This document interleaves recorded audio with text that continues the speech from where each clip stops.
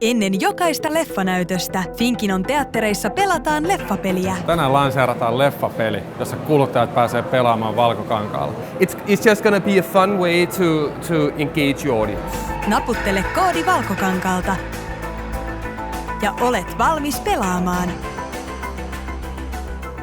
Meidän pitää tämän päivän jotenkin pirstaloituneessa mediamaailmassa löytää uusia keinoja tavoittaa just ne oikeat kuluttajat.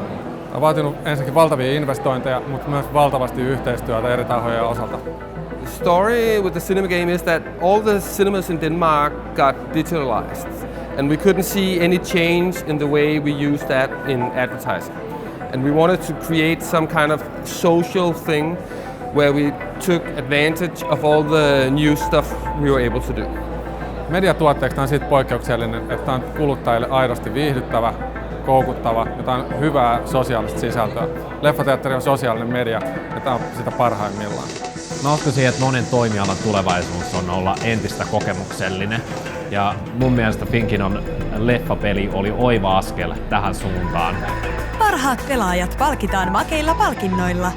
Jännitti, niin kuin pelissä kuuluu. Se oli nimenomaan peli, se ei ollut mainoskokemus. Mun mielestä tuossa oli hienoa se myöskin, että se tuntui mielenkiintoiselta. Se oli aika kepeä, mutta se oli hauska. Eli se oli relevantti tähän ympäristöön. Kyllä mä haluan rohkaista samalla fiiliksellä, jolla me itse ollaan tässä mukana. Että uutuusarvo, moderni lähestymistapa, niin tämä sopii todella monelle brändille mun mielestä. Nuorille ja nuorille aikuisille menee tosi hyvin ikäni, että toimii aivan varmasti, että tuo piristystä päivä.